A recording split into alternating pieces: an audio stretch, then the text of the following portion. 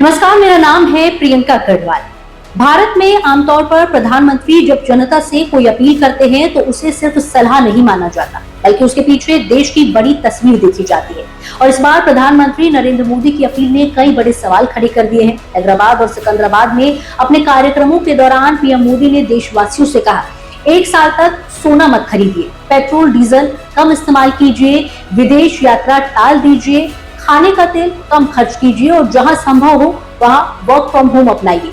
सवाल यह है कि आखिर प्रधानमंत्री को ऐसी अपील क्यों करनी पड़ी? क्या भारत किसी बड़े आर्थिक दबाव में है?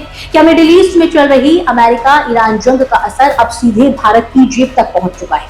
दरअसल भारत अपनी जरूरत का लगभग 88% कच्चा तेल विदेशों से खरीदता है और जैसे ही ईरान अमेरिका तनाव बढ़ा, दुनिया भर में तेल की कीमतें तेजी से ऊपर चली गई।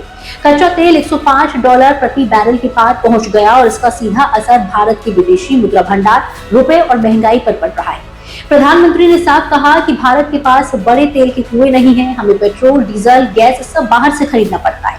यानी अगर युद्ध लंबा चला तो भारत का आयात बिल और बढ़ेगा और इसका असर हर आम आदमी तक पहुंचेगा।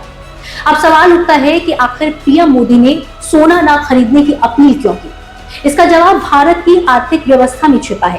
भारत दुनिया के सबसे बड़े गोल्ड इंपोर्ट करने वाले देशों में शामिल है। भारत में शादी हो, त्योहार हो या निवेश, सोने की मांग हमेशा बहुत ज्यादा रहती है। लेकिन दिक्कत यह है कि भारत अपना ज्यादातर सोना विदेशों से खरीदता है। यानी जितना ज्यादा सोना खरीदा जाएगा उतने ज्यादा डॉलर देश से बाहर जाएंगे और यही वजह है कि प्रधानमंत्री ने कहा कि देश हित में एक साल तक सोना ना खरीदने का संकल्प लेना चाहिए।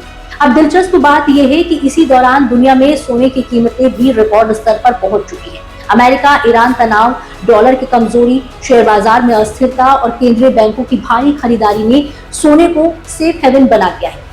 चीन, भारत, तुर्की और पोलैंड जैसे देश लगातार अपनी गोल्ड रिजर्व बढ़ा रहे हैं क्योंकि दुनिया में धीरे धीरे डॉलर पर निर्भरता कम हो रही है। यानी एक तरफ आम निवेशक डर के कारण सोना खरीद रहे हैं, दूसरी तरफ सरकार चाहती है कि लोग अभी सोने की खरीद टालें ताकि विदेशी मुद्रा पर दबाव कम हो सके। यही वजह है कि पीएम मोदी ने इसे सिर्फ आर्थिक नहीं बल्कि देशभक्ति से जोड़ दिया। लेकिन राजनीति में हर बयान का दूसरा पक्ष भी होता है और इस बार विपक्ष ने प्रधानमंत्री की अपील को सरकार की नाकामी बताया है।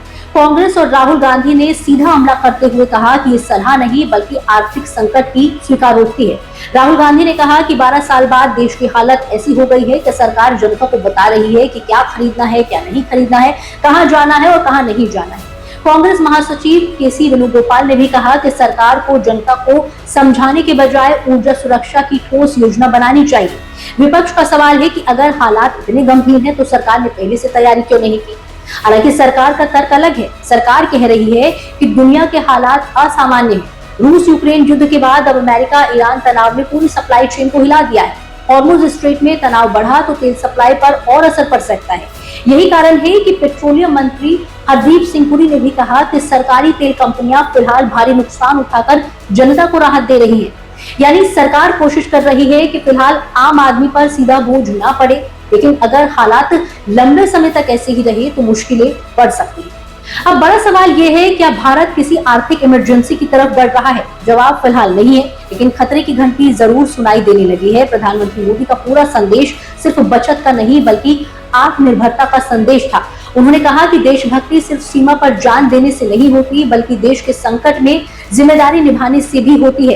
इसलिए उन्होंने मेट्रो इस्तेमाल करने, कारपूलिंग बढ़ाने, इलेक्ट्रिक वाहनों को अपनाने, रेलवे से माल ढुलाई बढ़ाने और खाने के तेल की खपत कम करने की बात कही। यानी सरकार अब लोगों की आदतें बदलकर आयात पर निर्भरता कम करना चाहती है। लेकिन असली चिंता यह है कि अगर मिडिल ईस्ट में युद्ध और बढ़ा, अगर तेल की कीमतें लंबे समय तक ऊंची रही, अगर डॉलर और मजबूत हुआ तो भारत में महंगाई, पेट्रोल के दाम और रुपए पर दबाव और बढ़ सकता है। और शायद इसी खतरे को देखते हुए प्रधानमंत्री ने पहली बार इतने सीधे शब्दों में देशवासियों से त्याग की अपील की है।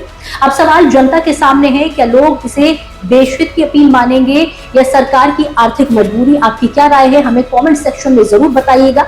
मिलते हैं अगले वीडियो में। धन्यवाद।